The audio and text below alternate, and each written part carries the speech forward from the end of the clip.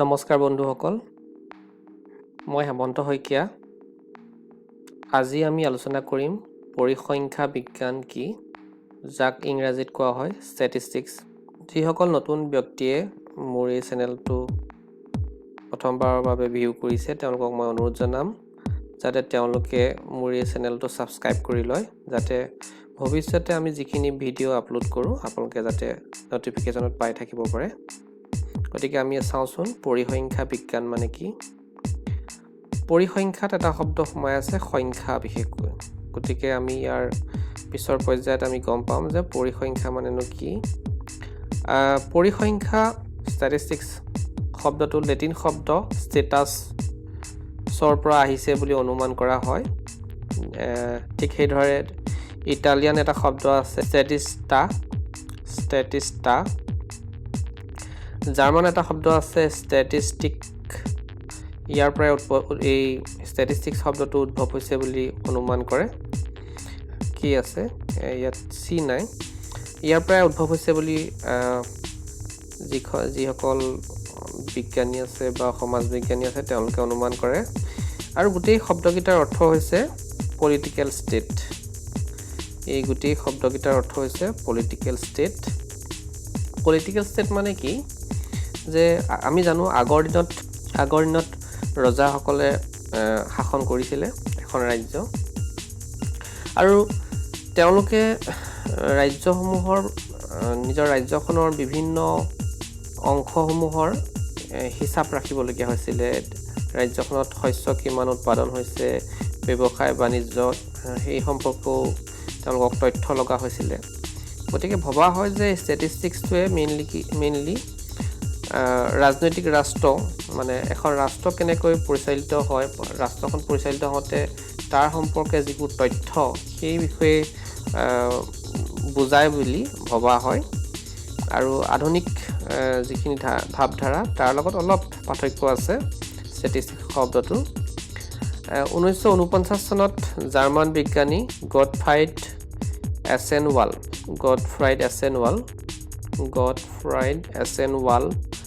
তেওঁৱে প্ৰথম এই ষ্টেটিষ্টিক্স শব্দটো ব্যৱহাৰ কৰিছিলে বিশেষকৈ। আৰু তেওঁকে পিতৃ বুলি কোৱা হয়, ষ্টেটিষ্টিক্সৰ পিতৃ বুলি কাক যদি কোৱা হয় যে গটফ্ৰাইড এছেনৱাল, তেওঁকে ষ্টেটিষ্টিক্সৰ পিতৃ বুলি ধৰা হয়। আৰু আমি গতিকে এতিয়া গম পালোঁ যে ষ্টেটিষ্টিক্স শব্দটোৱে মেইনলি অতীজৰ পৰা পলিটিকেল ষ্টেট বুজায়, যে এখন ৰাষ্ট্ৰ কেনেকৈ পৰিচালিত হয়, ৰাষ্ট্ৰখনৰ বিভিন্ন তথ্যসমূহক সূচায় বুলি ভবা হয়। ষ্টেটিষ্টিক্স শব্দটো ষ্টেটিষ্টা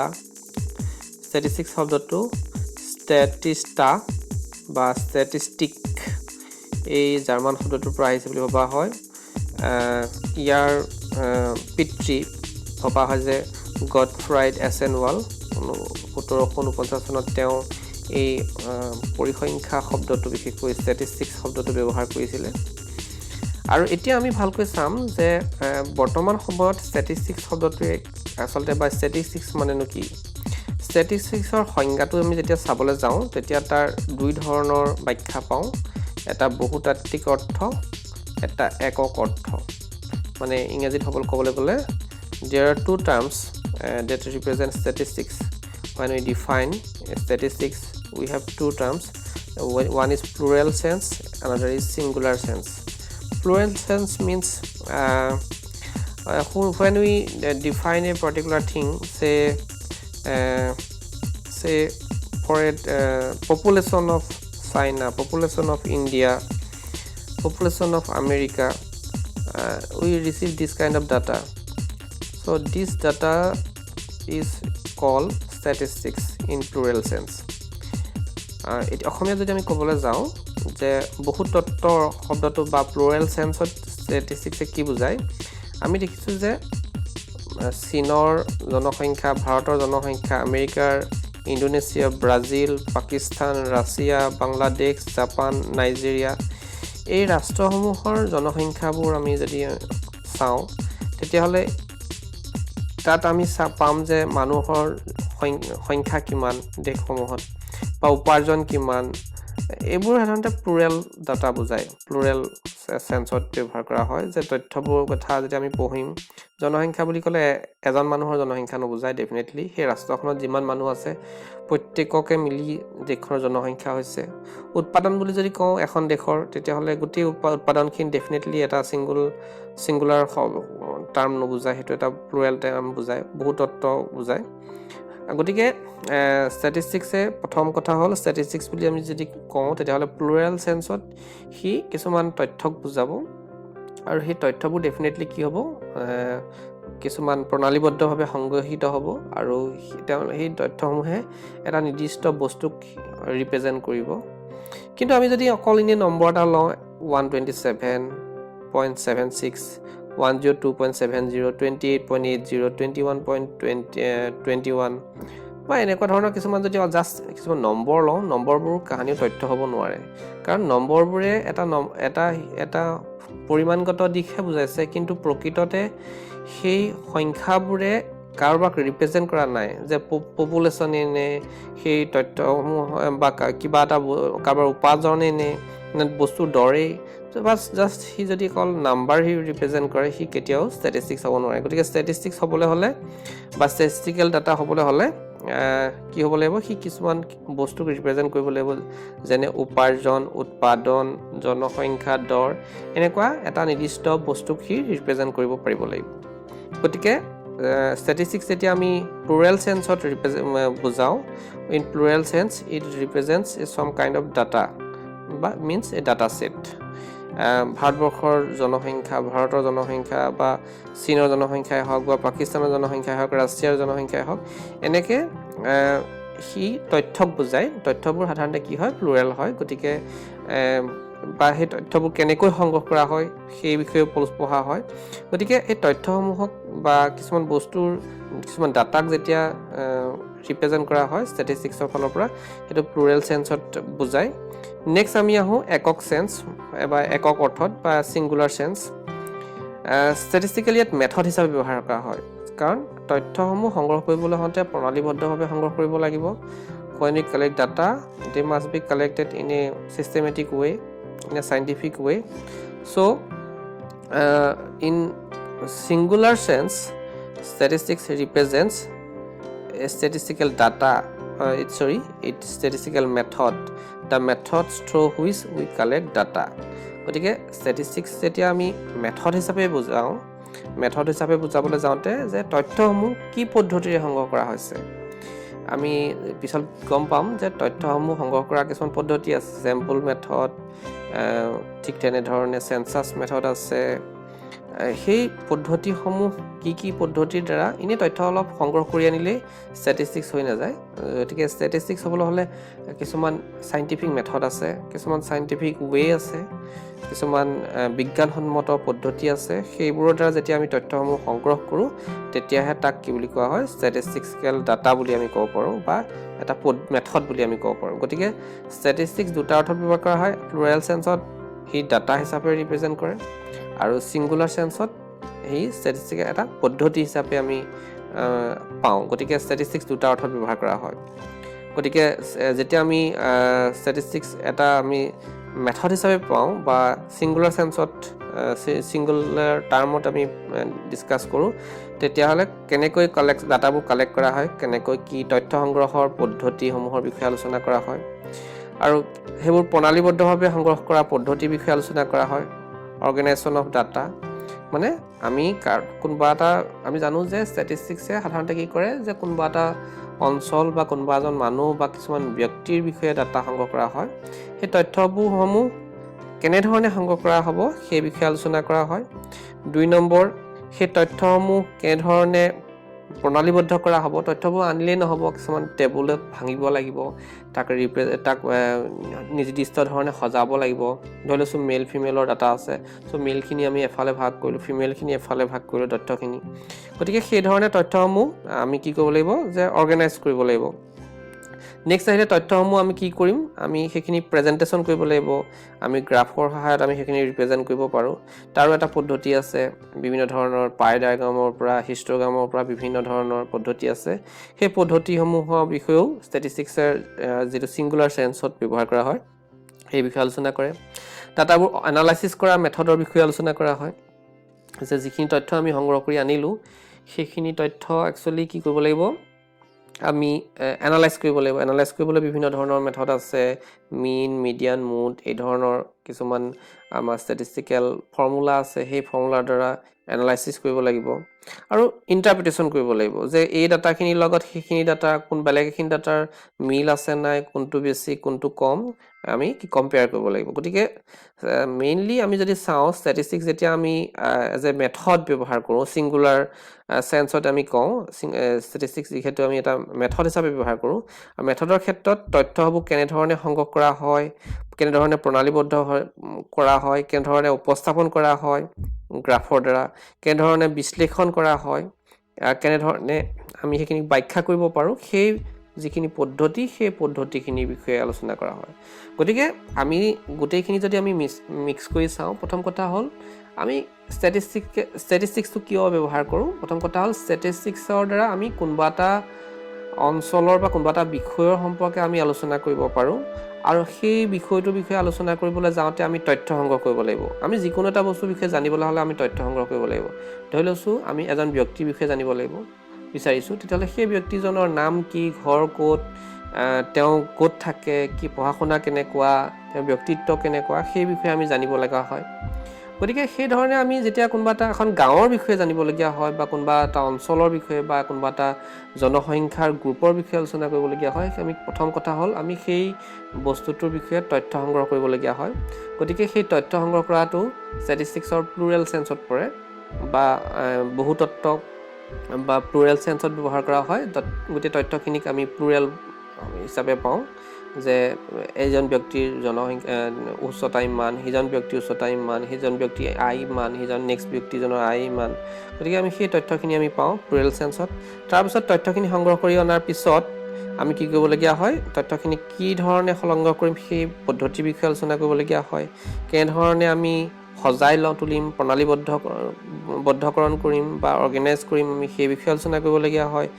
কেনেধৰণে উপস্থাপন কৰিম সেই বিষয়ে আলোচনা কৰিবলগীয়া হয় কেনেধৰণে এনালাইসিস কৰিম আমি তথ্যখিনি কি পদ্ধতিৰ দ্বাৰা আমি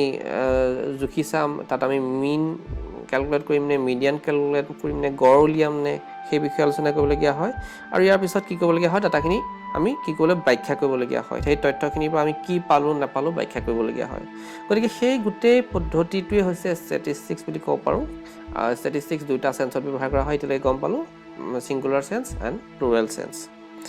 নেক্সট আহোঁ ষ্টেটিষ্টিক্সৰ এটা ইয়াতে ডেফিনেশ্যন আছে আৰু সেই ডেফিনেশ্যনটো প্ৰফেচাৰ হৰেছ চিক্ৰিষ্ট এজন ষ্টেটিষ্টিক্সিয়ান তেওঁ ষ্টেটিষ্টিক্স কি কৈছে তেওঁ কৈছে পৰিসংখ্যা হৈছে পূৰ্বনিৰ্ধাৰিত উদ্দেশ্যৰ বাবে প্ৰণালীবদ্ধভাৱে সংগ্ৰহ কৰা ইটোৰ প্ৰসংগত আনটোক উপস্থাপন কৰা যুক্তিসংগত মানদণ্ডৰ নিশ্চয়তাৰে গণনা কৰা বা মূল্য নিৰূপণ কৰা বহুতো কাৰকৰ দ্বাৰা বহুলভাৱে প্ৰভাৱিত সংখ্যাক প্ৰকাশ কৰাৰ সঁচা তথ্যৰ সমষ্টি এই ধৰণে আমি ক'লে আমি বুজি নাপাম আমি কি কৰিব লাগিব ভাঙিব লাগিব ভাঙি টুকুৰা টুকুৰা চাব লাগিব পৰিসংখ্যা হৈছে পূৰ্বনিৰ্ধাৰিত উদ্দেশ্যৰ বাবে মানে আমি তথ্য যে সংগ্ৰহ কৰিম বা পৰিসংখ্যাৰ বিজ্ঞানটো আমি ব্যৱহাৰ কৰিম কিয় ব্যৱহাৰ কৰিম তাৰ এটা উদ্দেশ্য থাকিব লাগিব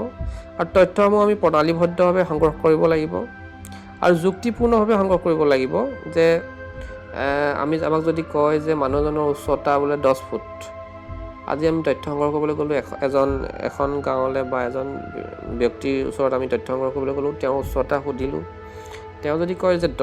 উচ্চতা 10 ফুট সেইটো কাহিনী যুক্তিপূৰ্ণ বা যুক্তিসংগত হ'ব নোৱাৰে গতিকে আমি চাব লাগিব যে তথ্যখিনি একচুৱেলি যুক্তিসংগত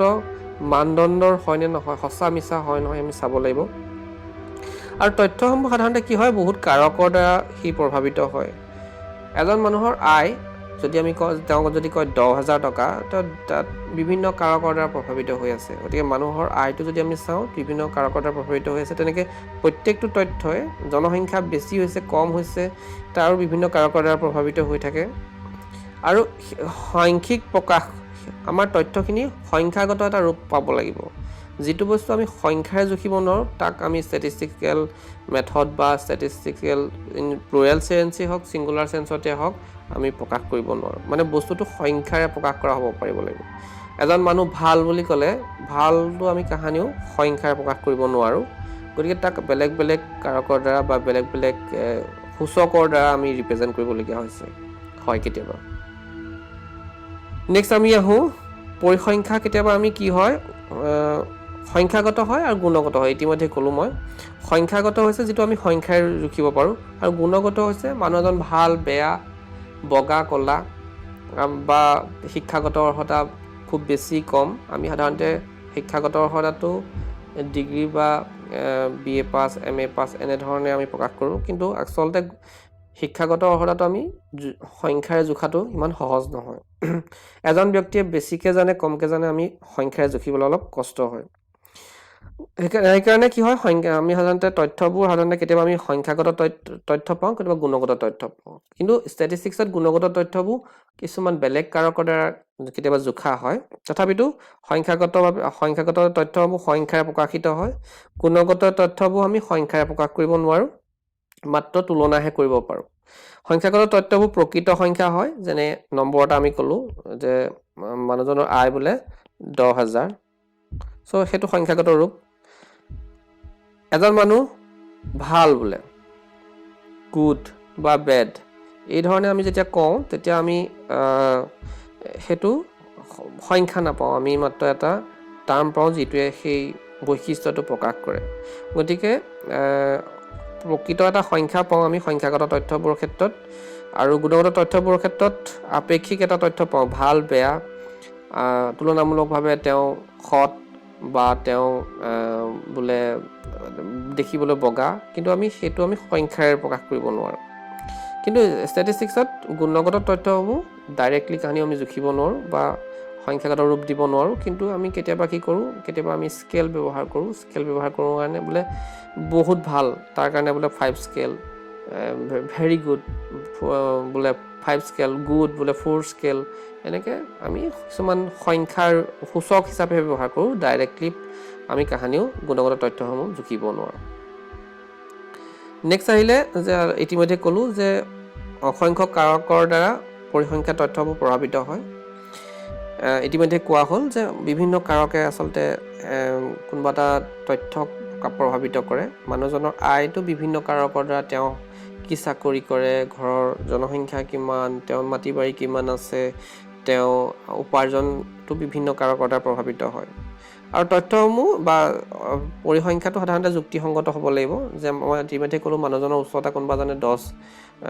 10 ফুট বুলি যদি কৈ দিয়া যায় আমি জানো যে এজন মানুহ নৰ্মেলি 5 ফুট 5 ইঞ্চি বা 5 ফুট 4 ইঞ্চি এনেকুৱা ধৰণৰ উচ্চতা থাকে বা তেনেকুৱা এটা ৰেঞ্জত থাকে যে 10 ফুটৰ মানুহজন যদি কৈ দিয়া যায় বা 20 ফুটীয়া মানুহজন বুলি যদি কৈ দিয়া যায় সি যুক্তিসংগত হ'ব নোৱাৰে